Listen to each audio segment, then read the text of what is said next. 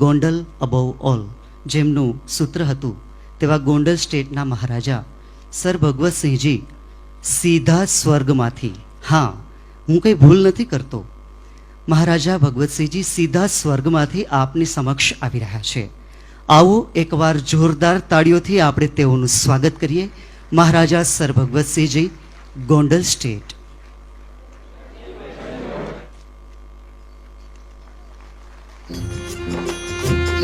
નમસ્કાર, જય માતાજી બધાને. હું Bhagwatsinh Sangramsinh Jadeja, Gondal state, princely state of કાઠિયાવાડનો આખો ઇતિહાસ રહ્યો છે. 222 રજવાડા હતા કાઠિયાવાડમાં, સૌરાષ્ટ્રમાં. જ્યારે મારા ગયા પછી ભારતને આઝાદી મળી અને સરદાર સાહેબે રજવાડાઓનું એકીકરણ કર્યું, ત્યારે સૌથી વધારે રજવાડા આ ભૂમિની અંદર હતા. પણ એ રજવાડામાં શિરમોર જેવું એક રજવાડું, એક નાનકડું રજવાડું મારું ગોંડલ સ્ટેટ. આમ તો સુખેથી 60 વર્ષ રાજ કરી, પ્રજાની સુવર્ણ તુલાથી તોળાઈ આરામથી સ્વર્ગે સંચર્યો હતો. પણ પછી ખબર પડી કે રાજકોટમાં કલા સ્ટેશન થયું છે. મારું પાડોશી રાજ્ય રાજકોટ. મને થયું કે મારે પણ મુલાકાત લેવી જોઈએ એની. મુંબઈની અંદર ઓપેરા હાઉસ એ જમાનાની અંદર હતું અને મારા ગોંડલમાં ભગવત રંગમંડપ અને બેન્ડ સ્ટેન્ડ પણ હતું. ઓપેરા હાઉસ નવું થયું, ત્યાં પણ ચક્કર માર્યું, કલેક્ટર ઓફિસે ગયો, ત્યાં કલા સ્ટેશન જોયું અને હવે આપની વચ્ચે આવ્યો છું સોરઠી ડાયરીસ જોવા માટે. પણ આપને ખબર હોવી જોઈએ કે સ્ટેટ એટલે શું, ગોંડલ એટલે શું, રજવાડું એટલે શું. મને મારી પ્રજા ભગા બાપુ કહેતી. આવા વસ્ત્રો તો હું જ્યારે રોયલ ફંક્શન હોય ને ત્યારે પહેરું, બાકી સફેદ અંગરખું પહેરતો અને કાયમ પ્રજાની વચ્ચે રહેવાનો મિજાજ રાખતો. એક પ્રસંગ કહું તમને, મારા જીવનમાં બનેલો. ઈટન કોલેજ ઉપરથી અમે સરસ મજાની એક હાઈસ્કૂલ બનાવી છે, આજે પણ ગોંડલમાં છે, પસાર થતો તો જોજો, સંગ્રામજી હાઈસ્કૂલ. અને એ હાઈસ્કૂલની અંદર 3 માળ ઊંચો ટાવરનો કાચ બેલ્જિયમથી ખાસ મંગાવેલો. અમારા એક શિક્ષક ક્રિકેટ રમતા હતા ગ્રાઉન્ડની અંદર, ફટકો ઊંચો ગયો, કાચ તૂટી ગયો. એ સમયની અંદર મારા દંડના નિયમો કડક હતા. આ પાઘડી જેટલી મોટી છે એટલા જ મોટા સિદ્ધાંતો રાખેલા. એક બકરી પણ પાંચ આવે ને તો બકરીના માલિકનો હું દંડ કરતો. રેલવે સ્ટેશનની બેન્ચ ઉપર ધૂળ લાગેલી હોય તો ત્યાં હું જોઈ અને BSJ એમ કરીને મારી ઇનિશિયલ મૂકી દેજો. શું કામ? કારણ કે સફાઈ કામદાર જો સરખી સફાઈ ના કરે તો પહેલી ચેતવણી મળે અને બીજી વખત એની સફાઈ થાય. મારા રાજ્યને એવી રીતે ડેવલપ કરેલું કે જેમાં ફિલ્ટર લાઇનમાંથી પાણી આવે યુરોપની જેમ. અને આવી સખ્તાઈની વચ્ચે માસ્તર સાહેબે કાચ તોડ્યો. દરબારમાં બોલાવવામાં આવ્યા. દરબારમાં બોલાવીને મેં એમને કહ્યું કે 2 મહિનાનો પગાર કાપી લઉં છું તમારો, રાજની મિલકતને નુકસાન કરવા માટે. વીટું મોઢું કરીને ગયા. એટલું તો સમજાય ને, 2 મહિનાનો પગાર એ જમાનામાં એટલે ઘર પરિવાર આખો રજળી પડે. રાતના મેં પાછા બોલાવ્યા મારા બંગલે અને ત્યાં એમને પેલેસમાં બોલાવીને કહ્યું કે મારા રાજમાં એવા શિક્ષકો છે કે જેને ક્રિકેટનો એવો ફટકો મારતા આવડે છે કે 3 માળ ઊંચો ટાવરનો કાચ તોડી શકે, એટલે હું એમને 3 મહિનાનો પગાર વ્યક્તિગત તોશાખાનામાંથી, ખજાનામાંથી ઇનામમાં આપું છું. રાજ્ય આવી રીતે થાય મિત્રો. સિદ્ધાંત પણ હોવો જોઈએ, શાસન પણ હોવું જોઈએ, કાયદાનો ભય પણ હોવો જોઈએ અને એની સાથે એટલી સમજણ પણ હોવી જોઈએ કે માણસને કેવી રીતે સાચવવો. એ યુગની અંદર હું તો બહુ નાનો હતો જ્યારે પ્રતિજ્ઞાઓ લેવામાં આવી રાજ્યાભિષેકની. બધા જ રાજાઓ લેતા હોય એવી પ્રતિજ્ઞાઓ લીધી. હું મારા રાજ્યનું ભલું કરીશ, એની પ્રગતિ કરીશ, એની પ્રજાને સર્વોપરિતા રાજ્યની રહે એના માટેની યોગ્ય સમજણ આપીશ. પણ જ્યારે હું યુરોપ ગયો ભણવા માટે અને ઇંગ્લેન્ડ ગયો, કેટલા બધા દેશો યુરોપની અંદર ફર્યો, આખું અંગ્રેજીમાં એનું પુસ્તક લખ્યું પ્રવાસ વર્ણનનું, આયુર્વેદની અંદર એક ડિગ્રી લીધી, પાછો આવ્યો અને ત્યારે મેં નક્કી કર્યું કે મારી પ્રજા ગોંડલના નાગરિકો તો યુરોપ નહીં જઈ શકે બધા, પણ હું આખું યુરોપ ગોંડલમાં ઊભું કરી દઈશ. અને મેં એ વખતે એ કરીને બતાવ્યું. સિમેન્ટના રસ્તાઓ હોય, સ્ટ્રીટ અને એવન્યુની અંદર વેચાયેલું આખું ગામ હોય, એક છેડેથી તમે ચાલવાનું શરૂ કરો તો બીજા છેડેથી આર પાર નીકળી શકો. અને એક પણ ચોકની અંદર ખૂણા કાઢેલા મકાનો ન હોય. ગોળાઈવાળા જ મકાનો બનાવવાના, બાગ બગીચા, ઔષધિનું વન.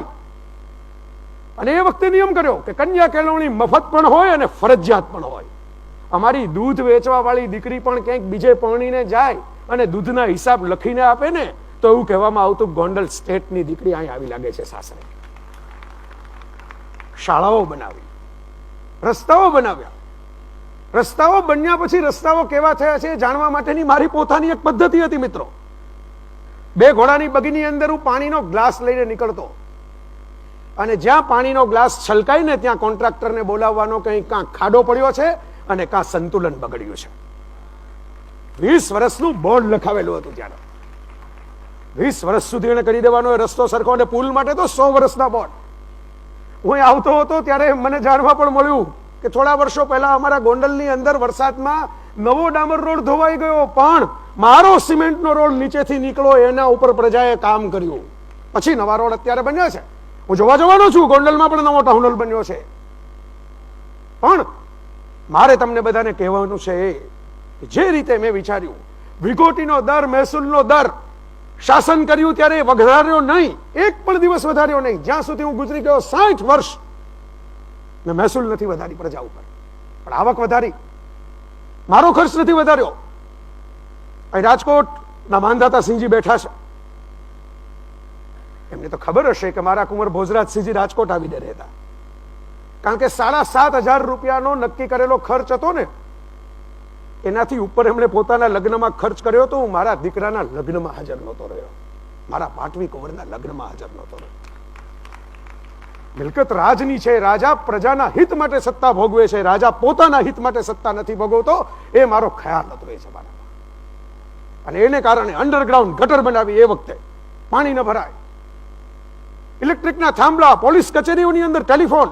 અને મને સૌથી મહત્વની વાત એ લાગે છે કે જ્યારે આઝાદીની આપણે બધા વાતો કરતા હતા, ગાંધીજી પણ આવ્યા, એમને મહાત્મા બોલાવવામાં આવ્યા, અમારે ત્યાં જ ટાગોર પણ આવ્યા. અમે ટાગોરને પણ બિલ દીધું 3 દિવસ ફ્રી રાખીને, કારણ કે સ્ટેટના ખર્ચે મહેમાનો જાજુ ન રોકાય, પણ પછી દાન પણ આપ્યું શાંતિ નિકેતન બનાવવા માટે. દક્ષિણ આફ્રિકાના સત્યાગ્રહમાં ગાંધીજીને હું કવર પહોંચાડતો. અને એ વખતે અમારા રાણી નંદકુંવરબા સાહિત્ય પરિષદમાં અધ્યક્ષ બન્યા. અમે ઓઝલ પડદાની પ્રથા દૂર કરાવેલી, અને મારા અંગત મદદનીશ તરીકે જમનાબાઈ રાઠોડ એક મહિલા હતા. કારણ કે સ્ત્રીને આઝાદી ન મળે ને ત્યાં લગી દેશની આઝાદી પૂરી થતી નથી, એ હું અંદરથી માનતો અને એનો અમલ કરીને બતાવતો.